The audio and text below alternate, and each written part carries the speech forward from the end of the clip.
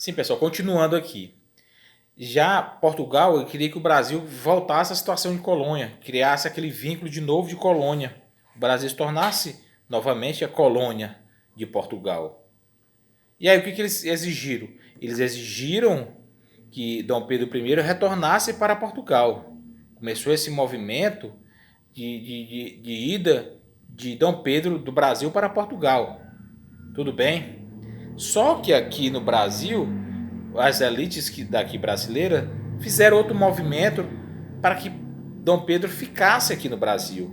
Que movimento foi esse, professor?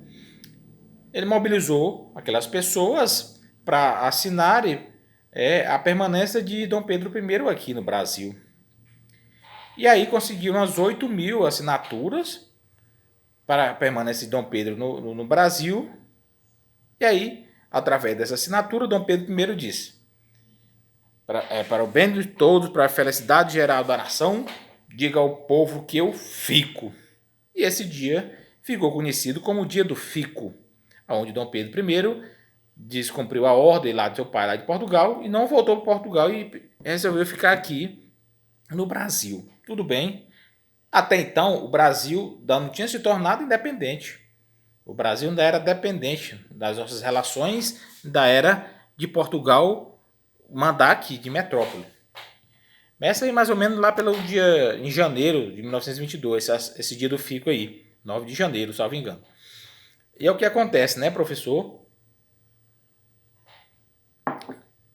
Cada vez mais, Portugal foi fazendo estratégias para que Dom Pedro retornasse a Portugal.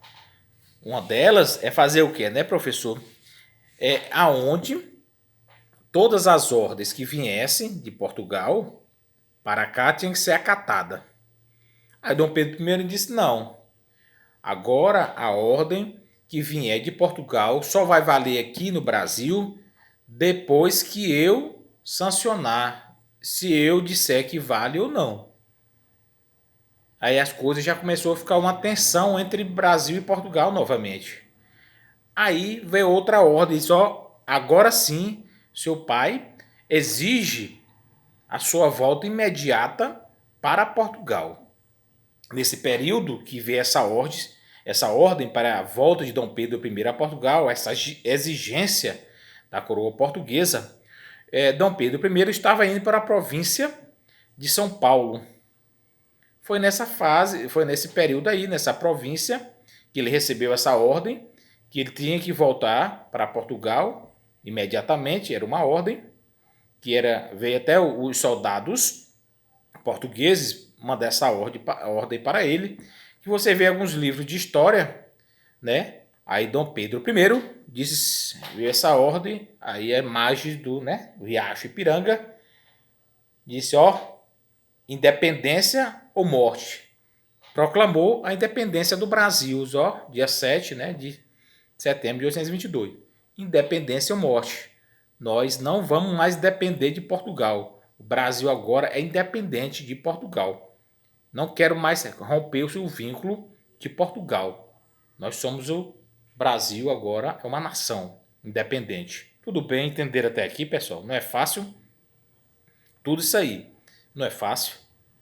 Apesar desse processo de independência, saiu da dependência de Portugal e passou a ser uma dependência econômica da Inglaterra. Mas isso aí é outra história, tá? Entenderam até aqui? E aí foi aclamado Dom Pedro I, imperador do Brasil. Tudo bem, pessoal? Tudo bem? Professor, esse processo de independência tem outras peculiaridades, aonde as tropas portuguesas aqui estavam, aqui no Brasil, eles tiveram algumas resistências ainda em aceitar esse processo de independência do Brasil. Teve algumas resistências, no território brasileiro, a essa independência do Brasil. Teve algumas resistências. Umas delas mais próximas de nós foi em Campo Maior, a Batalha de Genipapo. Aqui no Campo Maior, no Piauí, houve uma resistência da luta dos soldados portugueses, né, professor, contra uma população de trabalhadores brasileiros lutando pelo processo de independência aqui do Brasil, né, professor? Mas aí, isso aí vai ser uma aula só dessa batalha chamada Batalha do Genipapo, tá? Aqui em Campo Maior. Tudo bem? E aí, professor, Dom Pedro I, agora imperador do Brasil, como é que ficou? Só que Dom Pedro I rompeu com Portugal e aí o Brasil começou alguns processos de dificuldades econômicas aqui. O Brasil começou, para se manter, ficou muito difícil. Começaram a surgir as revoltas, as insurreições contra Dom Pedro I por conta das dificuldades econômicas, né, professor? E o Dom Pedro I, ele não sabia lidar muito com essas questões de revolta, de insatisfação popular. Ele era uma pessoa muito arrogante. A esposa dele, Maria Leopoldina, que era uma pessoa mais diplomática para esses assuntos de insatisfação popular. Essas dificuldades econômicas foi minando, foi desgastando o governo de Dom Pedro I. Tá? Desgastou até certo ponto, tá, professor? Que Dom Pedro I foi fazer uma visita em Minas Gerais, quando voltou para Rio de Janeiro, que Rio de Janeiro era a sede do Império, era a capital do Brasil. Alguns opositores começaram a jogar garrafa nos apoiadores de Dom Pedro, e os apoiadores de Dom Pedro voltavam a garrafa para os opositores, e essa noite ficou conhecido como a Noite das Garrafadas. Tá? E aí o que aconteceu? Após esses vários movimentos, né, professor? Dom Pedro I abdicou do trono, tá? Em favor do seu filho, tá? Pedro de Alcântara. Só como ele só tinha 5 anos, ele não poderia assumir o trono de Portugal porque ele só tinha 5 anos, tá? E aí acaba toda essa fase aqui, que foi só uma breve revisão. E aí no nosso próximo assunto, nós iremos entrar no período chamado regencial. Tudo bem, galera? Período regencial, que é por conta da menoridade do Pedro de Alcântara. Dom Pedro I abdicou do trono, voltou para Portugal. Seu pai tinha morrido lá em Portugal, Dom João VI, e ele foi lutar pelo trono lá em Portugal.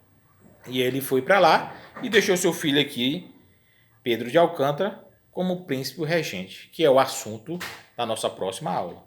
Vou colocar esses vídeos, depois eu vou abrir espaço para vocês fazerem as perguntas, tá? Um abraço, até a próxima.